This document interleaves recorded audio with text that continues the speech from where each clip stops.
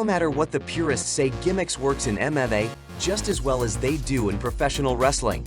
You got your Obama phone? I had an Obama phone. Yeah, you did. You lying ass piece of shit. You're a lying ass piece of shit. Hey, that's right.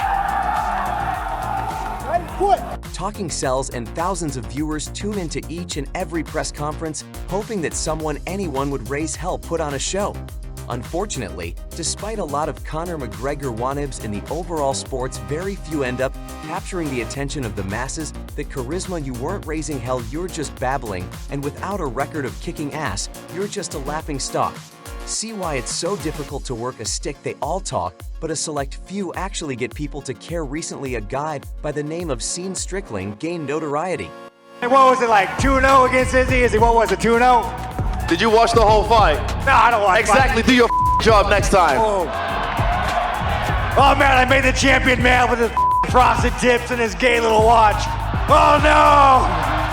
In a few days, he will be competing for the middleweight championship, once universally despised, but now a fan favorite. Here is the story of Sean Strickland, the self-proclaimed angry psychopath. There's so much controversy and chaos surrounding the challenger, and at this point, that is all that we expect from him. Their story behind every top-level fighter, and Strickland is no different.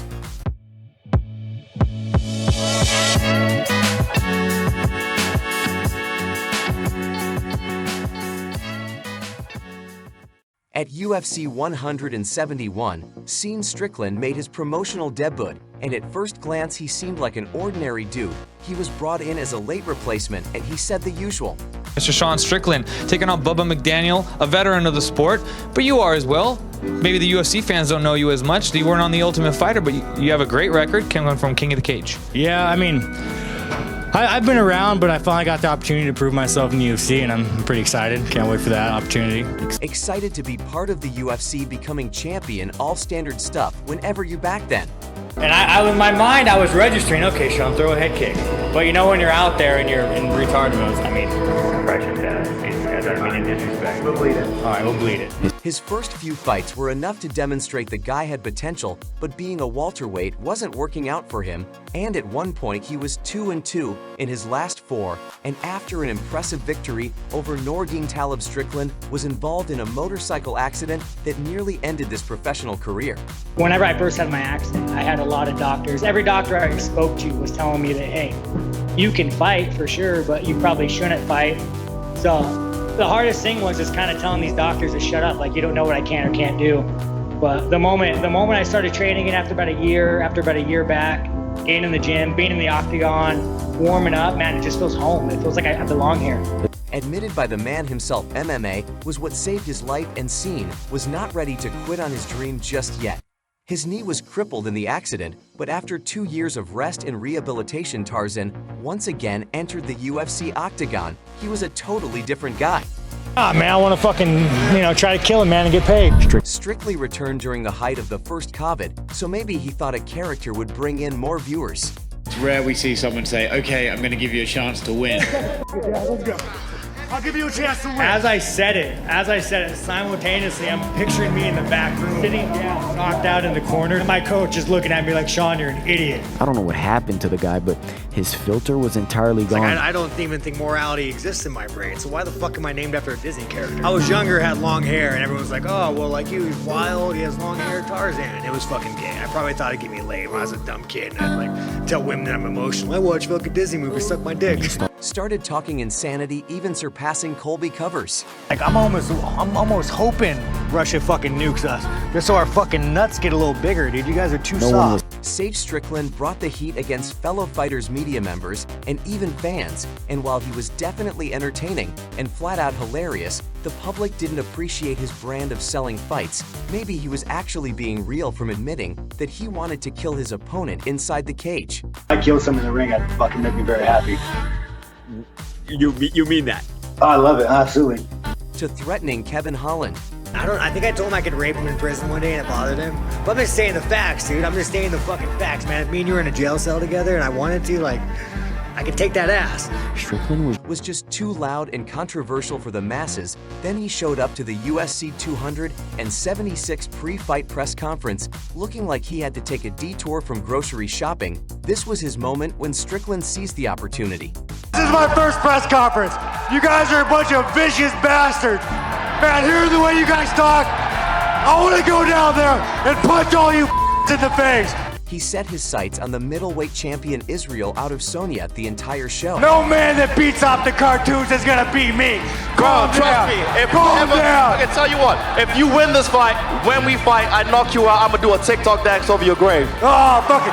Look at this grown-ass man on TikTok. Even if you found him insane, you have to admit the exchange with Israel was pretty funny.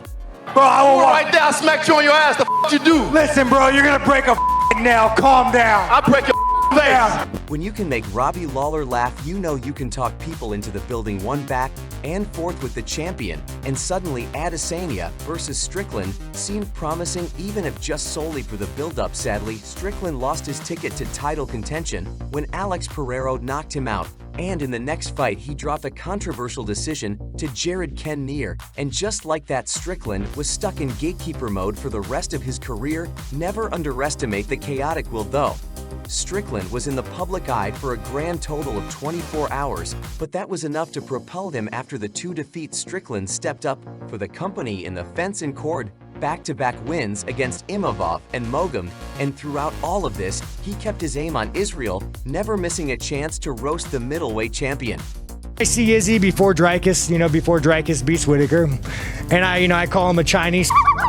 Not because I'm trying to be a dick. I'm just trying to say how it is. Let's get some fresh blood in there. Let's throw some new meat at him. Maybe I got something he don't have. Maybe we take it in the deep water, see what's up. So give me the title, you guys. You guys know you want to see it. We don't want to see Dreykus fight, is he? Rightful #1 contender declined the fight due to an injury. Seen Strickland, the unlikely title challenger, who accepted the fight. And here we are with UFC 293 right around the corner, and seen Strickland in the main event against one of the greatest middleweights of all time. Funny how it works out for the underdogs. Behind the bull trash, talking copious amounts of edge, lies a sad tale. Strickland survived through an abusive and traumatic childhood, and as he has said time and time again, makes martial arts saved his life. I used to sleep in my mom's bed a lot, right? Because I thought, we're talking about when I shouldn't have, like elementary school, because I thought my dad was gonna fucking kill my mom. So every night, dude, I would go to bed thinking oh shit, my mom's gonna die tonight, But his words, not mine. So yeah. You gotta learn to laugh at it, right? At least he didn't fuck me. But C293 is more than just the Israelite Sonya. Shows Strickland is a lively underdog, and this has been a long road for him. As well, if he pulls off the upset in the main events, anarchy will be unleashed. But in the backdrop of such chaos, man achieves his lifelong dream. As much as I hate being in there and I think it shortens my life, it is the only time I feel like I'm alive. It's the only time that I feel like I'm just not waiting to die when I'm in there fighting. Even though I hate it, it gives me purpose. Hope you enjoyed I Gotta Bounce. I'll catch you on the next one. Peace out.